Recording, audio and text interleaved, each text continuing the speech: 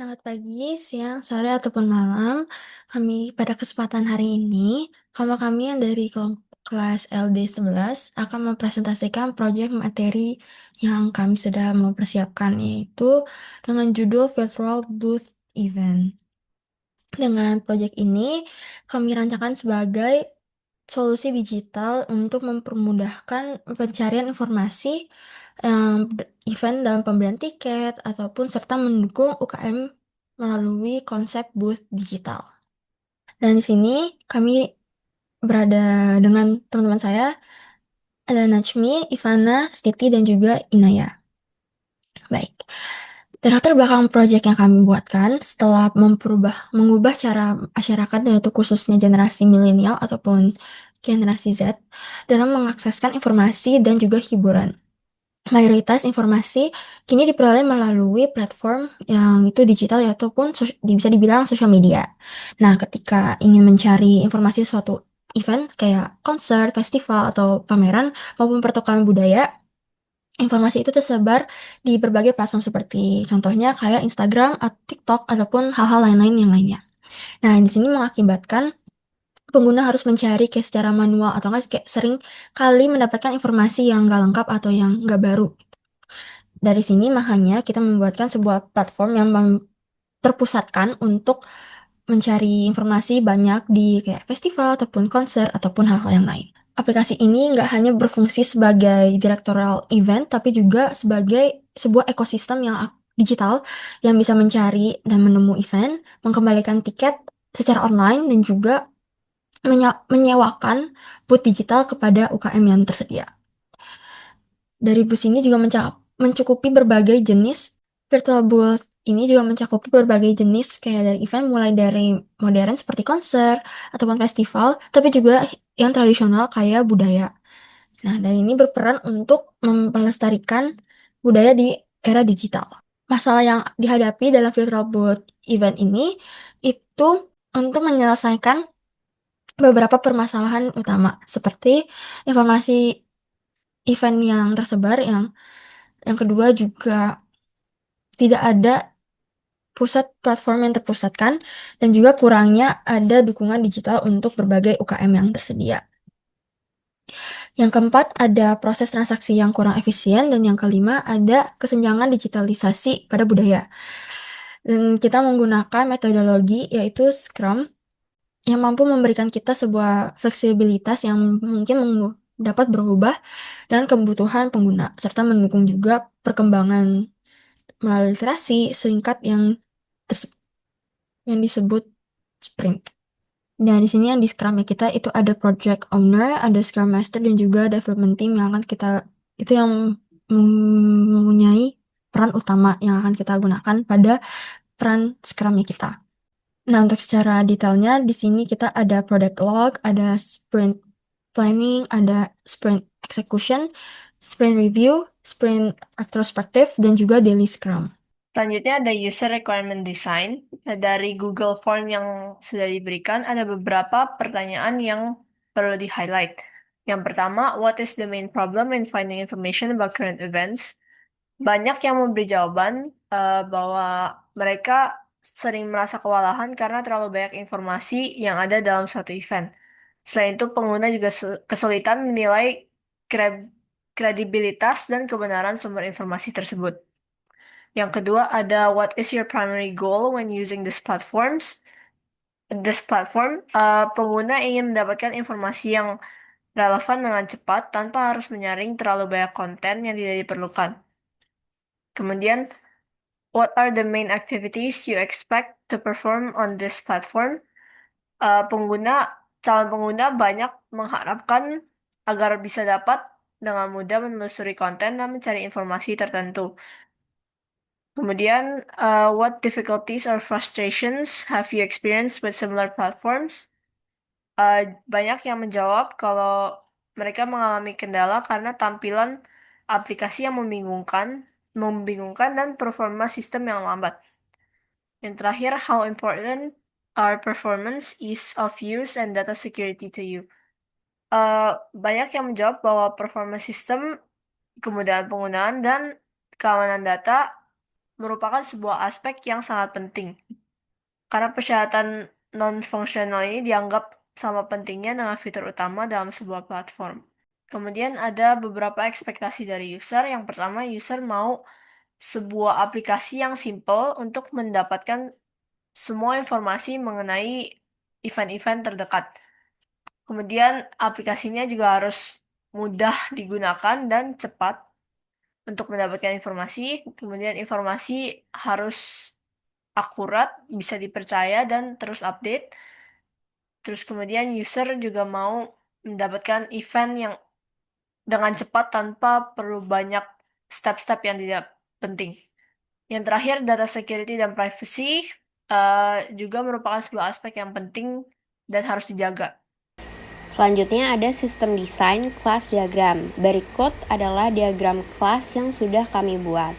Ada 7 entitas. Pertama mulai dari paling kiri itu ada tiket, lalu di sebelahnya ada user, lalu ada event, lalu ada digital booth, lalu di bawah digital booth ada small medium enterprises, lalu di samping kirinya ada payment, dan terakhir ada order. Jadi untuk entitas tiket, dia memiliki hubungan dengan tabel user, yaitu one to many, dan juga hubungan tiket dengan entitas order, yaitu one to one. Dan juga hubungan tiket dengan order, yaitu hubungannya one to many juga. Untuk user ada 3 hubungan dengan tiket, yaitu one to many, user dengan event, one to many, dan user dengan order, one to many. Lalu untuk event memiliki 2 hubungan, yaitu event dengan user, one to many, dan event dengan digital booth, one to many juga.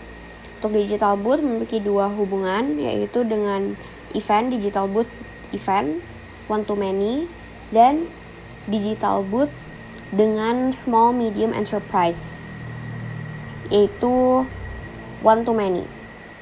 Selanjutnya untuk small medium enterprise hanya memiliki hubungan dengan digital booth, yaitu one to many. Lalu ada entity payment yang memiliki 1 hubungan dengan order, hubungannya adalah one to one. Dan terakhir ada entitas order yang memiliki 3 hubungan. Pertama dengan payment, yaitu one to one, dengan order dengan user, one to many, dan order dengan tiket juga one to many. Oke, jadi selanjutnya kita masuk ke sistem desain atau ERD diagram kita. Di sini kita punya ada 7 entity. Yang pertama ada kategori yang berisikan kategori ID untuk primary key-nya, lalu atributnya ada kategori name. Selanjutnya ada entity user.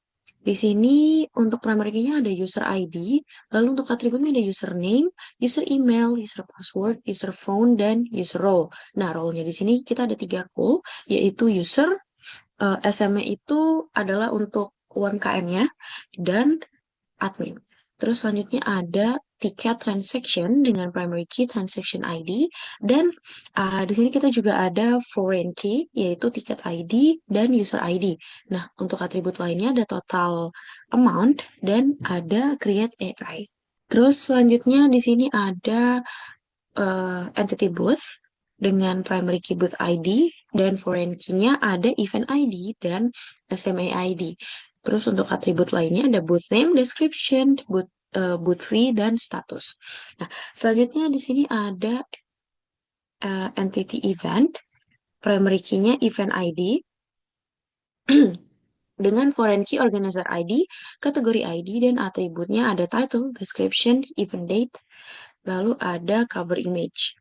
Nah, lalu selanjutnya ada entity ticket yang primary key-nya adalah tiket ID dengan foreign key event ID, lalu atributnya ada tiket high price dan quota.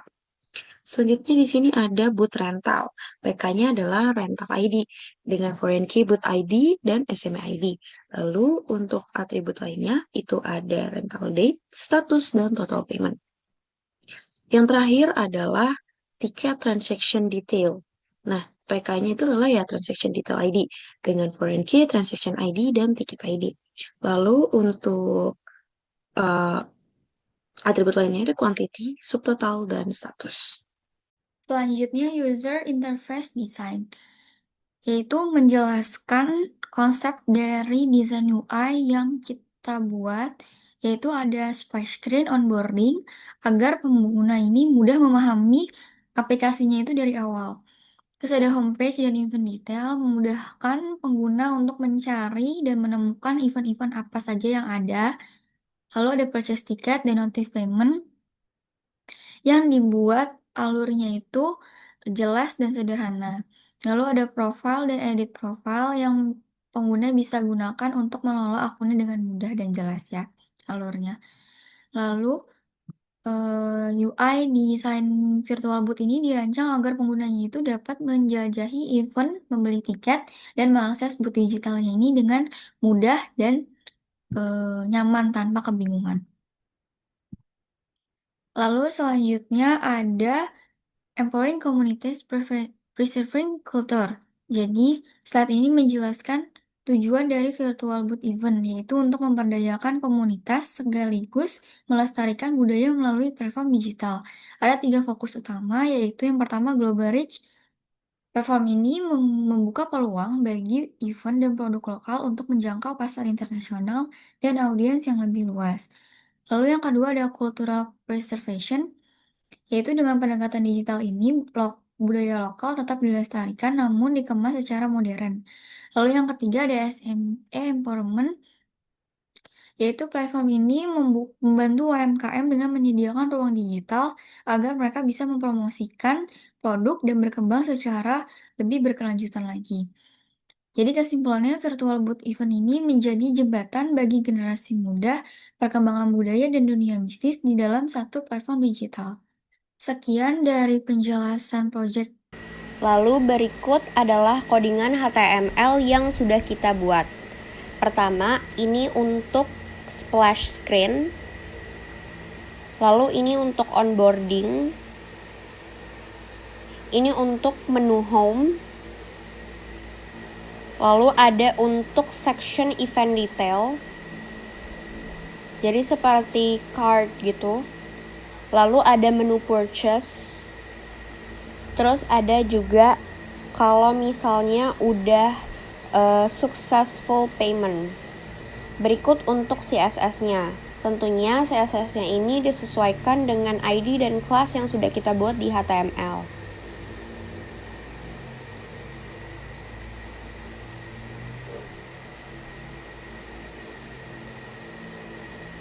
Lalu untuk JS-nya ada 2 function, yaitu go to onboarding dan go page. Codingan ini hanya berlaku untuk